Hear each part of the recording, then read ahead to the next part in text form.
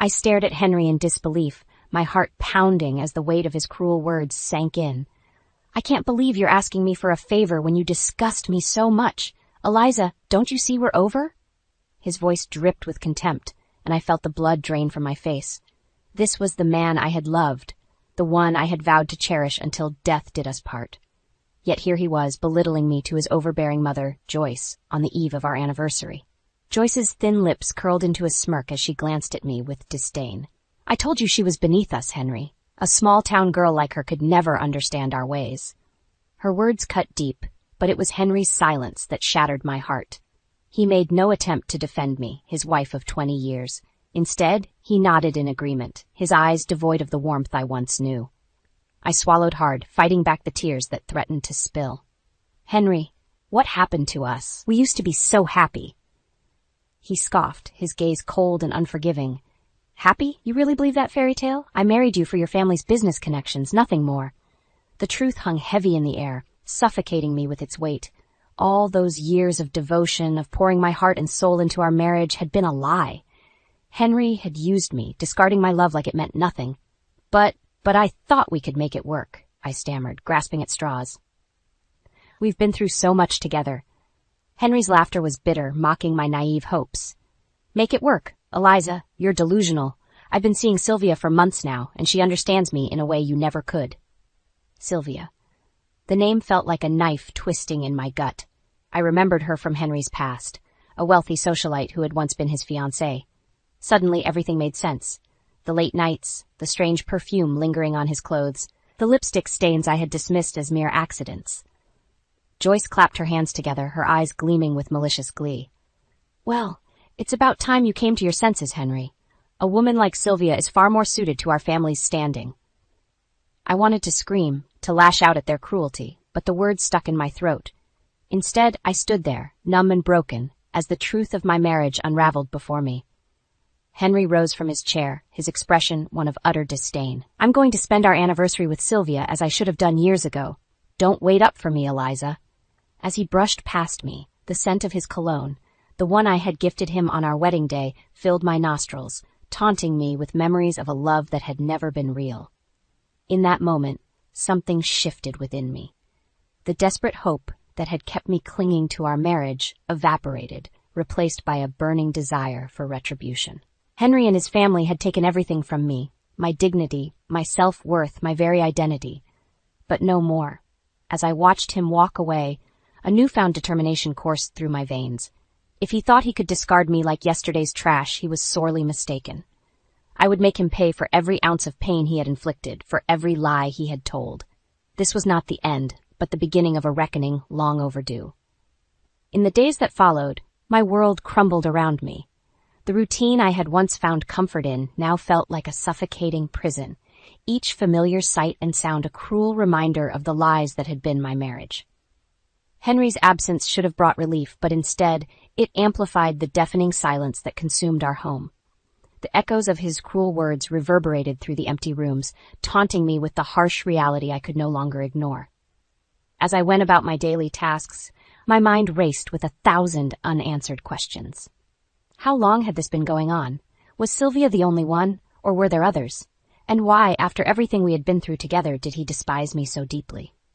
The evidence of his betrayal was everywhere, a lingering scent of unfamiliar perfume on his pillow, a lipstick stain on the collar of his favorite shirt. Each discovery felt like a slap in the face, a bitter reminder that the man I thought I knew was nothing more than a masterful deceiver. You think you're some prize? Get a grip, he had sneered at me, his words cutting deeper than any knife. I had been a fool, blinded by my own desperate need to believe in the fairy tale of our love. But now, the scales had fallen from my eyes, and I saw Henry for who he truly was, a man driven by greed and ambition, willing to sacrifice everything for his own selfish desires. As the days ticked by, my initial shock gave way to a burning determination to uncover the truth. I needed answers, solid proof of his infidelity if I was to have any hope of moving forward. With trembling hands, I accessed his phone, my heart pounding in my chest. There, amidst the mundane texts and emails, lay the evidence I had been dreading, a trail of intimate messages between Henry and a woman named Sylvia. Can't wait to see you again, my love. This weekend, just the two of us. The words blurred before my eyes as hot tears streamed down my cheeks. Sylvia, the woman he had once been engaged to before me, had wormed her way back into his life, and he had welcomed her with open arms. As I delved deeper into their correspondence, a sickening realization dawned on me. Henry had never truly loved me. I had been a mere stepping stone, a means to an end. His own words confirmed my worst fears. I'm marrying into a well-established family business. It's just temporary until something better comes along. The weight of his betrayal crushed me, stealing the very breath from my lungs. All those years of devotion, of sacrificing my dreams for the sake of our marriage, had been nothing but a cruel lie. In that moment, something shifted within me. The desperate hope that had once fueled my every move withered and died, replaced by a burning desire for retribution.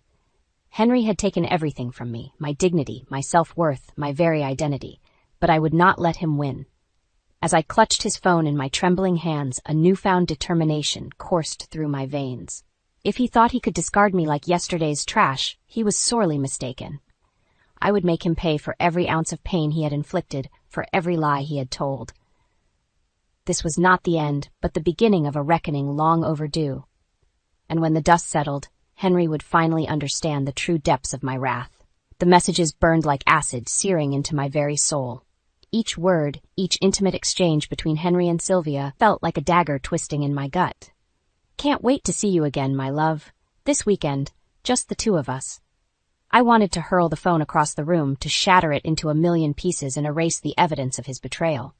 But some masochistic part of me couldn't look away, couldn't stop reading the sordid details of their affair. As I delved deeper into their correspondence, a sickening realization dawned on me. Sylvia wasn't just some casual fling.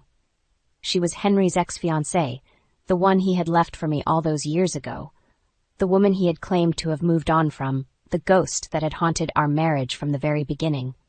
You'll never have to worry about money again, darling. I'm marrying into a well-established family business. It's just temporary until something better comes along. The words hit me like a physical blow, stealing the very breath from my lungs. All this time, I had been nothing more than a stepping stone, a means to an end for Henry's insatiable ambition. Tears streamed down my cheeks as the full weight of his deception crashed over me. He had never loved me, not truly. I was simply a convenient way to secure the financial stability he craved, a trophy wife to flaunt in front of his snobbish mother and her high society friends. As I scrolled through the messages, the depth of their intimacy became painfully clear. They shared inside jokes, pet names, and a level of familiarity that spoke of a bond far deeper than mere physical attraction. Remember that little bistro in Paris, my love? We'll have to go back there soon, just the two of us. A choked sob escaped my lips. Paris, the city where Henry and I had spent our honeymoon, the place where we had pledged our eternal love and devotion. And now, he was promising to relive those same memories with Sylvia, the woman he had truly given his heart to. In that moment, something inside me snapped. The desperate hope that had once fueled my every move withered and died, replaced by a burning desire for retribution. Henry had taken everything from me, my dignity, my self-worth, my very identity. But I would not let him win. As I clutched his phone in my trembling hands, a newfound determination coursed through my veins. If he thought he could discard me like yesterday's trash, he was sorely mistaken. I would make him pay for every ounce of pain he had inflicted, for every lie he had told. With shaking fingers, I began to gather evidence. Screenshots of their messages, records of their secret rendezvous, proof of the depths of their betrayal. Each damning piece of information felt like a weapon in my arsenal, a means to strike back at the man who had so callously shattered my world. This was not the end, but the beginning of a reckoning long overdue. And when the dust settled, Henry would finally understand the true depths of my wrath, and the price one pays for underestimating a woman scorned. Despite the overwhelming evidence of Henry's betrayal, some foolish part of me still clung to the hope that he might change. That the man I had loved, the one who had once looked at me with such adoration, was still in there somewhere, buried beneath the layers of cruelty and deceit. As our anniversary approached, I found myself making one last desperate attempt to salvage what remained of our marriage. Perhaps, if I appealed to the part of him that had once cherished me, he would see reason and choose to walk away from Sylvia's toxic embrace. "Henry," I began, my voice trembling with a mix of fear and cautious optimism. This weekend, can we try again? Just the two of us. He looked up from his phone, his eyes narrowing with disdain. Try again? He scoffed. Eliza, are you really that delusional? I swallowed hard, steeling myself against the sting of his words. I know things have been difficult between us, but I still believe we can make it work. We've been through so much together, and I don't want to give up without a fight. For a moment, I thought I saw a flicker of something in his eyes. Regret, perhaps, or a fleeting glimpse of the man he used to be. But it was gone in an instant, replaced by a cold, calculating gaze that chilled me to the bone. Make it work? He let out a harsh laugh, one that grated against my very soul. Eliza, you're nothing but a pathetic fool. Can't you see that our marriage was a sham from the start? I recoiled as if he had struck me, his words cutting deeper than any physical blow. What are you saying, Henry? After everything we've been through together, how can you claim it was all a lie? He leaned back in his chair, a cruel smirk twisting his features. I married you for your family's business connections, nothing more. You were a means to an end, a stepping stone to the life I truly desired. The air seemed to leave the room as the weight of his confession hit me. All those years of devotion, of sacrificing my dreams for the sake of our marriage, had been nothing but a cruel charade. But I thought you loved me, I stammered, grasping at straws. Henry's laughter was like a dagger to my heart. Love you? Eliza, you're delusional. I've been seeing Sylvia for months now, and she understands me in a way you never could. Sylvia. The name felt like a physical blow, stealing the very breath from my lungs. I remembered her from Henry's past, the woman he had once been engaged to before me, and now he was throwing our marriage away to rekindle that toxic flame. You're a fool, Eliza, he sneered, his words laced with venom. I'm spending our anniversary with Sylvia, as I should have done years ago. Don't wait up for me. As he brushed past me, the scent of his cologne, the one I had gifted him on our wedding day, filled my nostrils, taunting me with memories of a love that had never been real. In that moment, something inside me shattered. The desperate hope that had once fueled my every move withered and died, replaced by a burning desire for retribution. Henry had taken everything from me, my dignity, my self-worth, my very identity, but I would not let him win. As I watched him walk away, a newfound determination coursed through my veins. If he thought he could discard me like yesterday's trash, he was sorely mistaken. I would make him pay for every ounce of pain he had inflicted, for every lie he had told. This was not the end, but the beginning of a reckoning long overdue. And when the dust settled, Henry would finally understand the true depths of my wrath and the price one pays for underestimating a woman scorned. As the dust settled from Henry's cruel words, a newfound determination took root within me. I would not be the victim in this twisted tale, not anymore. It was time to take control of my life and exact justice for the years of disrespect and betrayal. When Henry announced a month-long business trip, I knew fate had handed me the perfect opportunity to set my plan in motion. With a forced smile, I wished him well, assuring him that I would take care of everything at home. Little did he know, those words carried a weight he could never comprehend. As soon as he was out of sight, I sprang into action, gathering every shred of evidence I had accumulated. The incriminating messages, records of his rendezvous with Sylvia, even the lingering scent of her perfume on his clothes. Each piece was a weapon in my arsenal, a means to strike back at the man who had so callously shattered my world. With trembling fingers, I began to craft my revenge, meticulously plotting every step. First, I would leak the sordid details of Henry's affair to Sylvia's fiancé, Richard, and their families, ensuring that the scandal would ripple through their elite social circles. Then, as Henry returned home, he would find his life in utter disarray, a fitting mirror to the chaos he had inflicted upon me. The days ticked by as I orchestrated the first phase of my plan, reaching out to Richard the damning proof of his fiancé's infidelity. His rage was palpable, even through the tinny speaker of my phone, and I couldn't help but feel a twisted sense of satisfaction knowing that Sylvia's world was about to come crashing down around her. With that first domino set in motion, I turned my attention to our home, the place where Henry had once promised to cherish and protect me, only to shatter those vows with his selfish actions. It was time to strip away every last vestige of the life we had built together, to erase his presence from our sanctuary and reclaim it as my own. I enlisted the help of my parents, Mark and Caroline, who had witnessed the slow disintegration of my marriage with heavy hearts.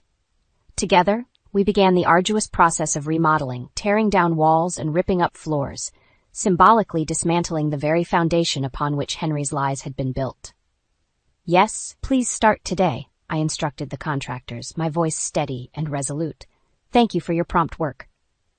With each swing of the hammer, each cloud of drywall dust, I felt a weight lifting from my shoulders. This was more than just a renovation. It was a rebirth, a chance to shed the skin of the woman I had been and emerge anew, stronger and more resilient than ever before.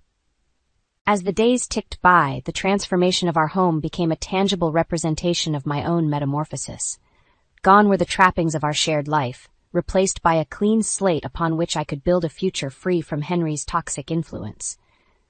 And when he finally returned, his world would crumble just as mine had, a fitting punishment for the man who had dared to underestimate the depths of my wrath. "Have a nice trip, Henry," I murmured to myself, a steely determination etched across my features. "I'll take care of everything at home." Those words had never rung more true. With Henry gone on his supposed business trip, I wasted no time in setting my intricate plan into motion. The first order of business was to dismantle every last vestige of our shared life, stripping away the lies and false promises that had once bound us together. I enlisted the help of my parents, Mark and Caroline, who had witnessed the slow disintegration of my marriage with heavy hearts. Together, we began the arduous process of remodeling our home, tearing down walls and ripping up floors, symbolically dismantling the very foundation upon which Henry's deception had been built. "Yes, please start today," I instructed the contractors, my voice steady and resolute. "Thank you for your prompt work." With each swing of the hammer, each cloud of drywall dust, I felt a weight lifting from my shoulders. This was more than just a renovation. It was a rebirth, a chance to shed the skin of the woman I had been and emerge anew, stronger and more resilient than ever before. As the transformation of our home progressed, I turned my attention to the next phase of my plan, the one that would truly unravel Henry's carefully constructed facade. With trembling fingers, I reached out to Sylvia's fiancé, Richard, a man I had never met, but whose life was about to be shattered by the truth. "Mr. Weston," I began, my voice betraying none of the turmoil roiling within me, "I have something you need to see." Without preamble, I unleashed the damning evidence I gathered, the intimate messages, the records of secret rendezvous, the proof of Henry's betrayal, laid bare for all to see. Richard's rage was palpable, even through the tinny speaker of my phone, and I couldn't help but feel a twisted sense of satisfaction, knowing that Sylvia's world was about to come crashing down around her. With that first domino set in motion, I turned my focus to the elite social circles that Henry and Sylvia had once moved in, ensuring that the scandal of their affair would ripple through their ranks like a tidal wave. One by one, I leaked the sordid details to their families, their friends, their colleagues, anyone who might have once looked upon them with envy or admiration. As the days ticked by, I could almost feel the ground shifting beneath their feet, the foundations of their carefully curated lives crumbling under the weight of their own lies and indiscretions. And when Henry finally returned, his world would be forever changed, a fitting punishment for the man who had dared to underestimate the depths of my wrath. With each passing day, the transformation of our home became a tangible representation of my own metamorphosis. Gone were the trappings of our shared life, replaced by a clean slate upon which I could build a future free from Henry's toxic influence. And as the final touches were put in place, as the last remnants of our past were swept away, I couldn't help but feel a sense of empowerment wash over me. This was no longer Henry's domain. It was mine, a sanctuary crafted from the ashes of his betrayal, a testament to my resilience and unwavering determination. When he finally stepped through that door, his life would unravel just as mine had, a reckoning long overdue for the man who had dared to underestimate the fury of a woman scorned. The day Henry returned from his supposed business trip would forever be etched into my memory.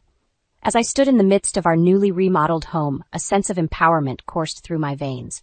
This was no longer his domain. It was mine, a sanctuary crafted from the ashes of his betrayal. The sound of his key in the lock sent a ripple of anticipation through me. This was the moment I had been waiting for, the culmination of weeks of careful planning and execution. As the door swung open, I steeled myself for the inevitable confrontation. Henry stepped inside, his expression one of utter bewilderment as he took in the transformed surroundings. Gone were the familiar trappings of our shared life, replaced by a sleek, modern aesthetic that bore no trace of his influence. "Eliza, what the hell is going on here?" he demanded, his voice laced with a mixture of confusion and anger. I met his gaze unflinchingly, a small smile playing at the corners of my lips. "Welcome home, dear husband. Do you like what I've done with the place?" His eyes narrowed as he surveyed the changes, his jaw clenching in barely contained fury. "You had no right to do this without consulting me. What were you thinking?" "I was thinking," I replied, my tone even and measured, "that it was time for a fresh start, a new beginning, if you will." Before he could respond, the shrill ring of his phone pierced the tense silence. Henry fumbled for it, his brow furrowing as he glanced at the caller ID.